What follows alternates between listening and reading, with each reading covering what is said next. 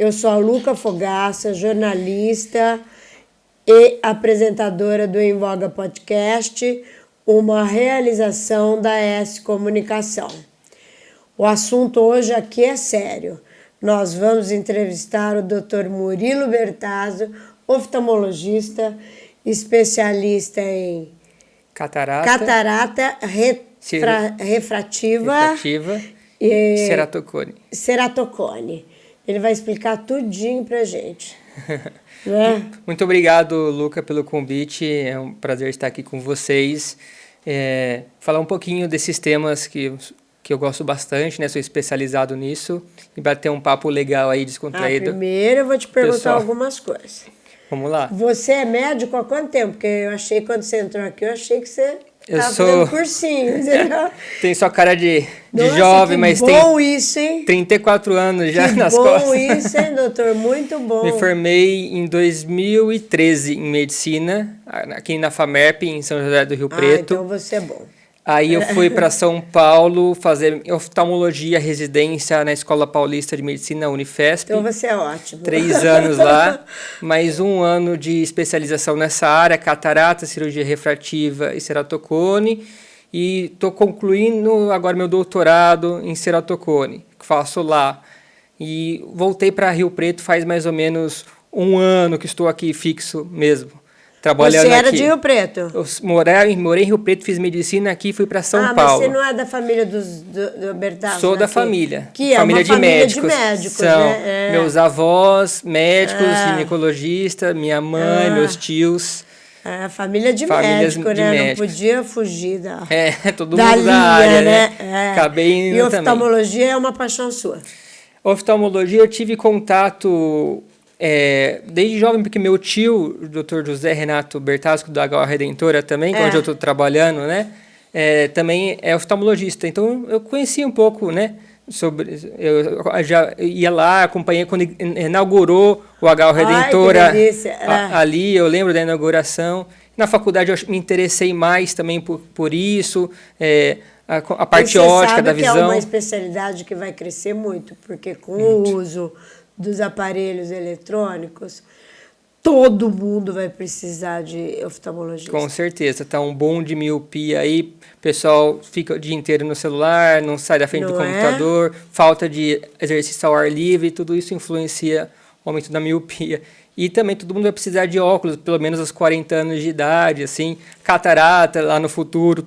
Ai, meu Deus do céu. Vamos falar das suas especialidades, então. Vamos começar por catarata, que eu acho que é o mais conhecido? Não, vamos começar da refrativa. Cirurgia refrativa, ok. Que tem muita gente que faz, né? Ela corrige a miopia. Cirurgia refrativa é uma cirurgia feita para fazer com que o paciente fique mais independente dos óculos. Ou seja, eu vou corrigir com essa cirurgia o erro refrativo do paciente, ou seja, o grau do paciente. Tanto miopia, que é a dificuldade de ver de longe, o astigmatismo, que atrapalha de longe e de perto, ou a mesma hipermetropia, que atrapalha normalmente mais de perto. Então, é uma cirurgia normalmente feita a laser, que a gente faz, tem várias técnicas, as mais conhecidas são o LASIK ou o PRK, que a gente faz para corrigir isso e deixar o paciente livre do óculos. Não dá ponto, nada? É uma cirurgia... Não dá ponto, é uma cirurgia a laser, rápida, né, menos de 15 minutos, bem segura, indolor, né? Tem suas indicações e contraindicações, mas quando bem indicado, os resultados são excelentes, né? E diminui muito o grau? Às vezes a pessoa até deixa de usar óculos? Isso, na maioria das vezes sim. Essa é a intenção da cirurgia, diminuir o grau do paciente, deixar ele independente dos óculos, para enxergar sem o auxílio óptico, né? Sem os óculos, né? A gente precisa de alguns requisitos para indicar essa cirurgia. Normalmente, primeiro, o paciente tem que ser acima de 21 anos, porque normalmente até os 21 anos o grau ainda está mudando bastante, em média, né?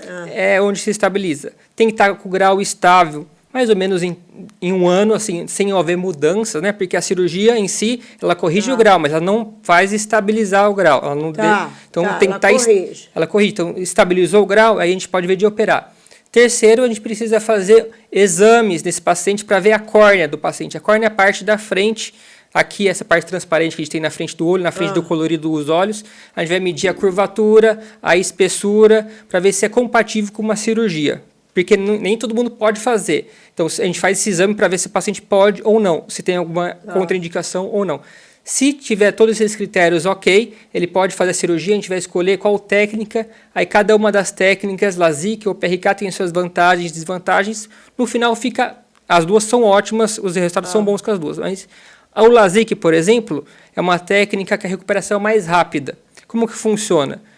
A gente usa um laser na córnea do paciente para... A córnea, imagina que é uma lente transparente que a gente tem aqui na frente do olho. A gente usa um laser para cortar uma lamela e abrir essa córnea. A gente vai aplicar o laser nesse leito que a gente abriu e reposiciona essa lamela. Então, a gente trata o grau assim. E a recuperação é muito rápida. Na primeira semana, o paciente já está muito bom a visão. O PRK, algumas pessoas não podem fazer LASIK e fazem PRK, porque a córnea às vezes é muito fina e é uma contraindicação ao LASIK. Então, o PRK, como a gente faz? A gente usa um laser só, a gente pega e raspa o epitélio da córnea, a parte superficial da córnea, e aplica o laser em cima para tratar o grau. Aí a gente põe uma lente de contato, que a gente chama de terapêutica, que é como se fosse um band-aid para ajudar na cicatrização durante uma semana. Então, como tem essa cicatrização aí, a recuperação é um pouquinho mais demorada. Então, a primeira semana fica mais embaçadinho o olho. Com uma semana, a visão já fica boa para voltar a trabalhar. Então, a gente já faz o trabalho uma semana. Você já e com fez um mês já tá legal. dessas cirurgias? Várias já. Eu fiz vários, eu sou especialista nisso. E a procura é muito grande? É grande porque muita gente eu tenho uma filha não gosta de usar que óculos, tem 14 graus. 14 graus, alto bastante, né? Quando a gente foi ver para fazer essa cirurgia, ela ainda era jovem. Sim. E daí depois ficou, né? Agora vamos levar ela lá para você Leva dar uma lá para olhada. avaliar. 14 graus é um grau muito alto, né? A cirurgia refrativa às vezes não consegue chegar a graus tão altos mas como melhora. 14. Mas a gente pode, tem gente que, dependendo da indicação, pode diminuir. E existem outras alternativas para a cirurgia refrativa, não só a laser. Existem alternativas que a gente implanta uma lente intraocular dentro do olho, que a gente chama de lente fáscica.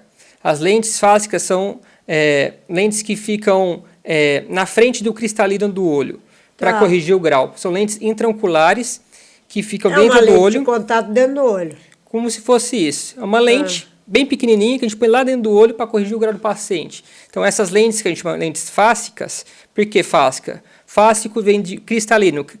Cristalino é aquela lente que a gente tem dentro do olho.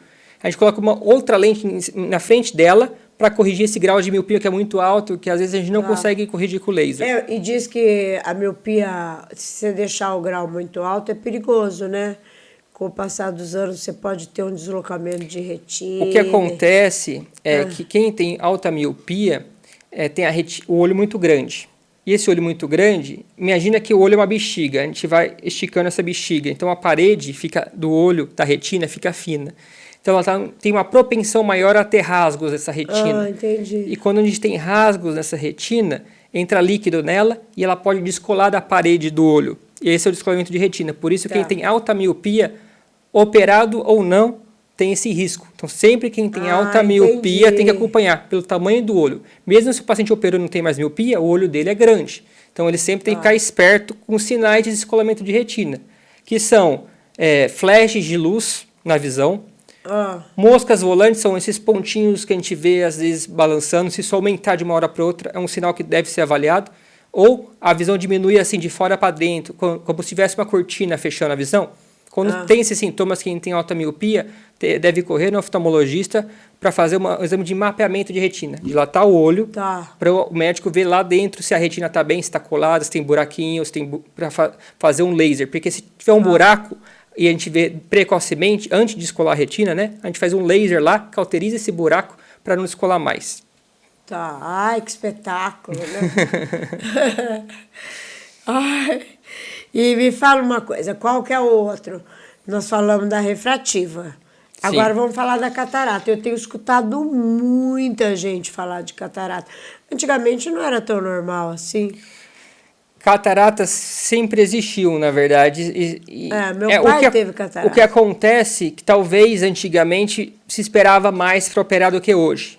Porque hoje, com as entendi. técnicas novas, o avanço da cirurgia que chama facoemulsificação, é considerado muito mais seguro e a recuperação muito mais rápida do que antigamente, que a cirurgia precisava de fazer uma incisão muito grande, dar ponto no olho. Os aparelhos que chama facoemulsificador, que usa ultrassom para quebrar catarata, entregavam uma energia muito alta às vezes e que não conseguia. E hoje os aparelhos são melhores, mais otimizados para isso. Antes nem se usava esses aparelhos, usava uma técnica que abria a córnea e tirava a catarata também. Era complicado, né? Tinha que esperar estar no... Isso. Tinha que esperar estar muito grande para indicar. Então, muitas vezes, a paciente não operava porque ele tinha uma visão ok com a catarata. Tá. Mas a catarata, o que é a catarata, né? A catarata, lembra do cristalino que eu falei? Da lente que a gente tem dentro do olho? Ela é transparente. Como esse copo aqui é transparente. Com a idade, envelhecimento e outros fatores de riscos, por exemplo, como tabagismo, fumante, uso de corticoide, diabetes ou secundário a algum trauma, ela perde essa transparência. Então, imagina, a luz entra dentro do olho e bate numa lente que está opaca. Ah, entendi. Então, a visão fica nublada, não fica boa. Então, isso é a catarata. É uma lente que deixou de ser transparente e atrapalha a visão. E o principal fator de risco é a idade mesmo, a partir dos 60 anos que começa a catarata em todo mundo. Uns antes, outros depois, né? E é a principal causa de cegueira reversível do mundo. Tirando os erros de grau, né? Os erros refracionais que a gente corrige com óculos, ela é a principal causa de cegueira reversível. Reversível por quê? Porque ela diminui a visão, mas você tira ela do caminho e a visão melhora. A pessoa enxerga depois normal. Isso. A cirurgia é basicamente uma facoemulsificação. A gente vai lá com uma microincisão no olho, geralmente menor do que 2,5 milímetros. A gente entra com os instrumentos lá, que chama facoemulsificador, que usa ultrassom, como se fosse uma broca, assim, para quebrar a catarata e aspirar ela. E aí a gente planta no lugar dessa catarata uma lente transparente, artificial no lugar. Por quê? Porque a gente tem que colocar aqui, a catarata é uma lente que perdeu sua função, que ficou opacificada, então a gente tem que colocar uma transparente no lugar. E é aí que a gente aproveita e pode colocar uma lente que corrige o grau do paciente. É o que eu te falei, que ontem eu fui lá numa loja lá da Redentor, e a moça falou, eu queria fazer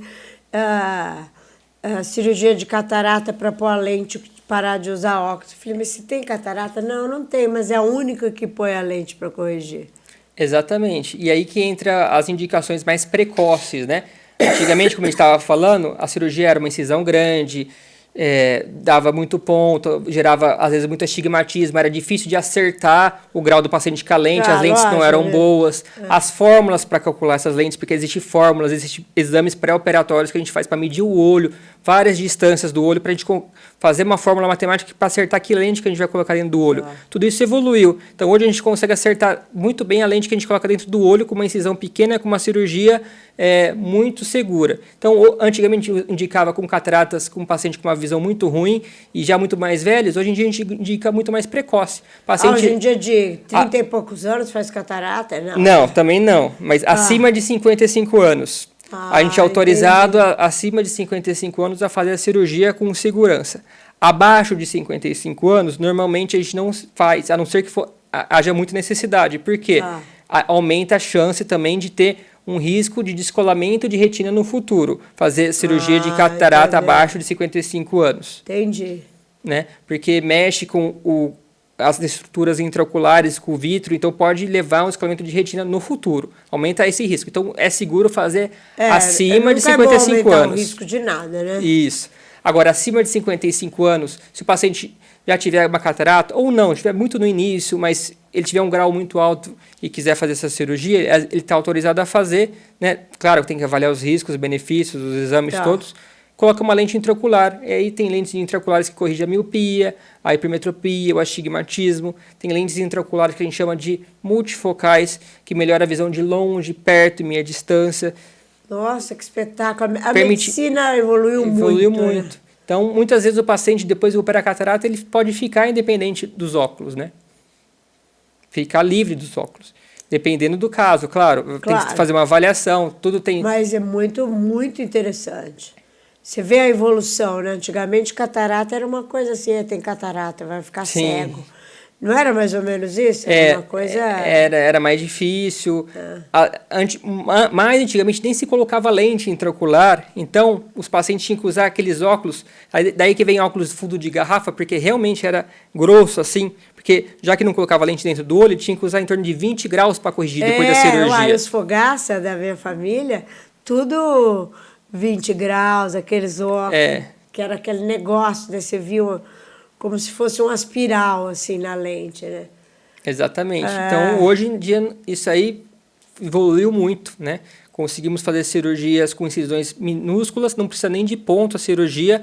A recuperação, normalmente, é muito rápida, né? Normalmente bem indolor para o paciente. E os resultados são fantásticos, né? É a cirurgia mais feita do mundo, a cirurgia de catarata. É a mais feita do mundo? Pensa, todo mundo vai ter catarata cedo ou tarde. Então, é um procedimento... É a principal causa de cegueira reversível do mundo e também é uma das cirurgias mais feitas no mundo. Então, não é à toa que ela evoluiu bastante. E é uma cirurgia, o tempo de duração dela é curta também, doutor? Curta, em torno de 15 minutos, no máximo. Nossa, assim. quantas cirurgias você faz por dia, às vezes? Às vezes a gente faz 7 por dia, 8, tem gente que faz muito mais. Tá. Eu acho que eu já fiz mais umas 3.000 cirurgias aí de catarata. Nossa Se for pensar desde Senhora. quando eu comecei a operar. Bastante. Só você, imagine o mundo inteiro. Muita gente. Tem muito paciente. Muito paciente com catarata. E os resultados são muito bons. Vem cá, o paciente, ele percebe que ele tem a catarata como? Como que é o sinal, assim, que eu devo ir lá? Acho que eu tô com catarata. Ele vai diminuindo a visão, embaçamento visual, a visão fica mais nublada. Às vezes, para dirigir, ele percebe que está mais difícil. Quando, às vezes, vem luz na sua frente, o sol batendo no olho, e às vezes pode dar um pouco mais de desconforto. E às vezes o óculos, mesmo mudando o óculos, não resolve. Isso são sinais de catarata mais avançada, mais madura. Tá. E a catarata inicial, o paciente às vezes não percebe, mas fazendo um exame médico, ele pode detectar. Por isso que tem que ir ao oftalmologista anualmente? O ideal é fazer exame anual, né? Com o oftalmologista, principalmente a partir dos 40 anos, né? Se o paciente nunca teve nada, a partir dos 40 anos é bom vir, porque também é bom ver a pressão intraocular, né? Que é para ver se o paciente tem risco de glaucoma, que é outra doença silenciosa que existe, né? Que tem a ver com o aumento... Só tem jeito de saber isso fazendo a medida da pressão? Só medida da pressão e avaliando o nervo óptico também, né? Tá. E às vezes fazendo até exames complementares como campimetria, né? Que o glaucoma é uma outra doença silenciosa que existe aí, que a partir dos 40 anos começa a aumentar a prevalência, então é bom acompanhar também isso aí, né? E no oftalmologista para ver tudo, né? Na consulta oftalmológica completa, o paciente vai, não é só o grau, só o óculos, vai ver o grau, o óculos, precisa de óculos de longe, de perto, a partir dos 40 anos, a presbiopia, que é a dificuldade de enxergar de perto. Tinha só para ver o grau, né? Então, a oftalmologia evoluiu muito desses anos para cá. Muito, eu estou impressionada com essas... Tudo que você fala, eu acho que eu tenho. Agora, a tua última especialidade. Bom, o ceratocone, né? O ceratocone. Você já ouviu falar de ceratocone? Não, nunca tinha ouvido falar. A gente está até no Junho Violeta, que é o mês de conscientização do ceratocone, né? A gente está terminando agora esse mês. Por quê? Que o ceratocone se você puder pôr aquela imagem lá, é uma doença da córnea. Córnea, como eu disse, essa parte transparente do olho. É uma lente, né? Que fica na frente da íris, do colorido do olho. E ela é transparente, ela é redondinha, então ela tem que ser perfeita para você enxergar. No ceratocone, o que acontece? Essa córnea vai curvando, ela fica mais pontuda e mais afinada. Por isso, ceratocone, ela fica no formato de cone. Entendeu? Tá. Isso é microscópico, ele não percebe. O paciente, normalmente, ele começa a piorar a visão, aumentar o grau, aí ele põe o óculos, melhora, mas de repente o óculos já não resolve mais a vida do paciente, porque às vezes a córnea está muito curva, muito pontuda, então o óculos não consegue melhorar a visão do paciente. E a gente vai investigar, às vezes ele tem esse ceratocone aí. E a sensação dele como se estivesse caindo um véu, assim, mais ou menos. Na verdade, a sensação é de dificuldade de enxergar. sensibilidade à luz, distorção da visão, não consegue enxergar direito, o grau vai aumentando, principalmente o astigmatismo, às vezes a miopia também vai aumentando, e ele vai, todo ano ele vai voltando, vai fazendo óculos, o grau vai aumentando, e o óculos não fica bom mesmo com o grau novo, então isso é um fator de risco. O fator de risco também é familiar, uma doença que pode ter história familiar em 10% dos casos. Então, se o pai e a mãe tiver ceratocone, os filhos, é bom fazer uma avaliação para ver se tem ou não. E muito importante, e aí entra o mês do junho violeta para lembrar da doença, coçar o olho. O ato de coçar o olho é muito ruim para o ceratocone, inclusive pode desencadear o ceratocone e piorar o ceratocone. Por isso não devemos esfregar, coçar o olho. O ato de esfregar, coçar o olho, leva a alterações nessa córnea, inflamação na córnea, que faz desencadear esse afinamento aí. Mas o ceratocone normalmente é uma doença que acontece assim na adolescência, inicia na adolescência. Então, esses são os pacientes que a gente tem que tomar mais cuidado, adolescente, principalmente que tem atopia, alergias, rinite, que coça o olho, com história familiar, que a visão está ruim, leva para investigar, que a gente vai investigar se tem ou não, né? E é uma doença progressiva. Se não tratar, o que acontece? Isso vai evoluindo. O paciente que tinha uma visão boa, às vezes, no início com o ceratocone pequeno, pode ficar com uma visão ruim. E existe tratamento para isso. Antigamente, não. Mas tratamento que não é cirúrgico. É cirúrgico, mas é feito com luz ultravioleta. Chama crosslink de córnea. O que ele faz? Como eu disse, o ceratocone é uma doença que vai piorando. Então, antigamente, muitos pacientes perdiam a visão, tinha que fazer transplante de córnea, porque não tinha tratamento para parar o ceratocone. Então, o que a gente tem hoje? Tem o crosslink de córnea. É um tratamento que, se a gente vê que o paciente tem ceratocone, em consultas sucessivas a gente vê que esse ceratocone está piorando, a gente propõe esse tratamento. A gente coloca na córnea do paciente uma substância chamada riboflavina, que é uma vitamina, junto com luz ultravioleta. Isso faz uma reação química nessa córnea e ela fica mais dura. Então, ficando mais dura, ela não encurva mais. Então, se a gente detectar um ceratocone pequeno e fazer esse crosslink, o paciente pode mudar a história de vida do paciente. O paciente pode ter uma visão boa e nunca precisar, por exemplo, de um transplante de córnea. Então, isso é o interessante do tratamento. Isso, assim, para parar a progressão, não para melhorar a visão. Tem muita gente que tem essa... Cada vez mais se descobre que é uma doença muito prevalente. Em torno de 1 para 2 mil casos, um caso em cada 2 mil pacientes tem ceratocone. Uma pessoa em cada 2 mil. E pessoas têm... E acredita-se que ainda é maior, porque as pessoas não sabem. Elas não sabem e cada vez a gente define diagnósticos mais precoces para essa doença. Como a gente faz o diagnóstico?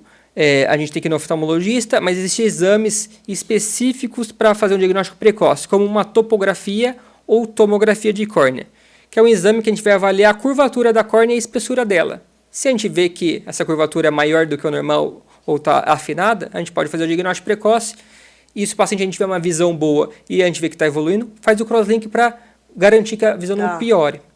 Agora, tem gente com ceratocone mais avançado que não tem visão boa de óculos, com óculos, por exemplo, e não consegue usar óculos. Aí a gente tem que entrar na reabilitação visual do paciente, né? Melhorar a visão do paciente. Reabilitação, existe jeito de fazer isso? Existe. Então, se, por exemplo, o crosslink é para parar a progressão, não é para melhorar a doença, não é para melhorar a visão. Agora, o paciente tem uma visão ruim, como que a gente melhora a visão dele? O óculos não está dando certo, a gente tenta lente de contato rígida, porque a lente de contato rígida vai cobrir essa região distorcida da córnea e permitir que o paciente tenha uma visão melhor, grande maioria das vezes. Mas o paciente não consegue usar lente, não deu certo lente, tem outro tratamento também que a gente pode propor, chama implante de anel intraestromal, ou anel de Ferrara, que o pessoal às vezes conhece mais. A gente coloca um segmento de anel dentro dessa córnea aqui, que fazendo com que ela fique menos curva. Ficando menos curva, o paciente às vezes melhora muito a visão e consegue, por exemplo, usar um óculos, enxergar bem de óculos, coisa que ele não conseguia antes. E, claro, se nada funciona, por último a gente tem o transplante de córnea, que é a nossa última cartada, que é tira essa córnea ruim e coloca uma córnea doada nova. Que daí tem que ser doada, né? Tem os doadores. Tem que entrar em uma fila de transplante, é uma cirurgia mais invasiva. tem que ter um acompanhamento longo, pode ser necessário fazer mais de um se tiver rejeição. Por isso que É como qualquer... o importante é a prevenção, que no junho violeta a gente lembra, não coçar os olhos, fazer diagnóstico precoce, visão ruim, embaçando, óculos mudando muito, história familiar, coça muito o olho, vai fazer o diagnóstico. E, se necessário, o crosslink para impedir a piora da doença e manter a boa visão do paciente. Ô, doutor, imagine, a criança coça muito os olhos normalmente. Coça. A gente tem que falar para elas assim, não coça o olho. Sabe, eu fico com meus netos, né? Então, quando eles têm alguma coisa, eu pego um algodãozinho com água e falo assim, pô, vamos pôr o algodãozinho e fica deitadinho. Ajuda, compressa geladas é uma maneira de ajudar. Eu falo para os pacientes, só pode coçar o olho com o cotovelo. Se você conseguir coçar o cotovelo, então não pode coçar o olho nunca. Mas a gente tem algumas coisas que ajudam. Compressa gelada é uma delas, ajuda. Então isso é uma coisa que eu Sim, faço instintivamente. E fez certo, ajuda. Outra coisa, a gente tem muita oleosidade nos cílios, gorduras, bactérias que ficam nos cílios, sujeirinhas, caspinhas. Isso também dá coceira. E uma higiene ocular, uma higiene dos cílios ajuda. Você já sabia que a gente pode fazer higiene dos cílios? Não sei se você já ouviu falar. Mas é muito simples. A gente compra um shampoo neutro, pode ser esses shampoos de neném, sabe? Neutros. Sei. Dilui em água, faz bastante espuminha, pede para o paciente fechar os olhos e limpa o cabelinho dos olhos, os cílios mesmo. Isso vai ajudar, dar um conforto também, melhorar coceira e irritação. E por último, se o paciente tiver uma alergia, existem colírios antialérgicos também para isso. Além de colírios lubrificantes, que também dão uma aliviada. Eu estou usando o colírio lubrificante que a doutora Thaisa me deu. Ajuda também, dá uma aliviada na vista, dá na coceira, no desconforto, no olho seco, que hoje em dia é ar-condicionado. O olho é seco, né? Computador, é outra epidemia aí, olho seco, junto com a miopia e a astenopia, o cansaço ocular, né? Por causa das telas, né? Tudo isso se mistura, por isso a gente tem bastante olho seco hoje, né? A gente fica no computador, não pisca, a lágrima evapora, o olho fica seco. Aí a vista fica cansada de tanto olhar para perto também. Então, uma coisa acaba misturando com a outra. Eu fico o dia inteiro no celular. Uma loucura. Ô, doutor, e você está lá no hospital HO? HO Redentora, Hospital dos Olhos Redentora. Hospital dos Olhos Redentora. Nunca sei se eu falo Hospital dos Olhos ou HO. HO Redentora. É a mesma coisa, né? Mas é que o logo HO é muito forte, né? Exatamente. HO Redentora, tradição aí. E lá está um espetáculo. Né? Um hospital completíssimo. Temos tudo lá, o paciente não precisa sair de lá, temos todos os exames de alta tecnologia e a gente sempre está adquirindo novas tecnologias. Recentemente a gente adquiriu um equipamento novo chamado OCT, uma tomografia de córnea, que permite diagnósticos de retina, da retina até a córnea. E a gente faz todos os exames lá de catarata, de glaucoma, de plástica, de neurooftalmo, oftalmopediatria, estrabismo, tudo. Se o paciente precisa operar, lá tem centro cirúrgico, operamos todas as especialidades, catarata, pterígio, ceratocone. Quantos médicos atuam lá atualmente? Mais de 30? Nessa faixa aí. Em torno de 30 médicos, mais ou menos. Cada um numa especialidade? Cada um tem sua especialidade. Cada um tem sua isso é bacana. E lá também temos pronto-socorro 24 horas. Eu vi que lá tem um trabalho super legal, que vocês atendem SUS. Atendemos SUS também, SUS parte social. Porque é muito legal isso. É muito legal, conseguimos fazer isso aí para a sociedade, atendemos SUS, temos uma residência lá, formamos oftalmologistas também. Tem uma residência lá da FUNFARM? Não, do próprio HO Redentora, reconhecida pelo MEC, né? Que legal. O cara faz a residência lá. Isso, aprende com a gente lá, trata os pacientes lá e depois de 3 anos ele vira oftalmologista. Provavelmente de lá também. Se continuar crescendo, testando. E a gente está expandindo, vai ter novidades aí logo, né? E a ideia é sempre crescer como um hospital, como um serviço, né? Como uma equipe maravilhosa que a gente tem lá. O paciente não precisa sair de lá, não precisa fazer exame em outros lugares, faz tudo lá. Eu sou clientona de lá. Não, comecei agora, paciente, né? Não é cliente. Ou paciente. É cliente, né? Paciente. Eu sempre falo, quem vai no médico é paciente porque precisa ter uma paciência. Sim. Mas por isso É que às vezes a verdade. gente usa o nome de cliente. Mas eu vou me tratar lá com vocês, tenho certeza. Vou Ah, levar que minha bom. família inteira. Vamos lá, estamos Sou esperando. fã lá. Muito obrigado. Tá bom? Ó, doutor, nós vamos ter que terminar, já passamos até o tempo. Olha que só, foi rapidinho, hein? Nem doeu, né? Nem doeu. Ó, muito obrigada. Se vocês gostaram das informações, compartilha esse vídeo para quem vocês acham que está precisando ouvir aí as dicas de prevenção de doença.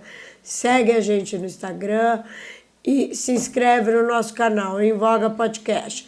Quer falar o endereço eletrônico do hospital, doutor? Tem o seu, né? o HO Redentora, tem no Instagram, tem também no Google, vocês digitam lá HO Redentora, lá o primeiro site lá vai ser o nosso, dá para marcar consulta ligando, online, e meu Instagram também, para qualquer dúvida que vocês quiserem, é Murilo BP, B de bola, P de pato. Beleza, prazer, viu, doutor, tá? Brigadão. Tchau, tchau. Tchau.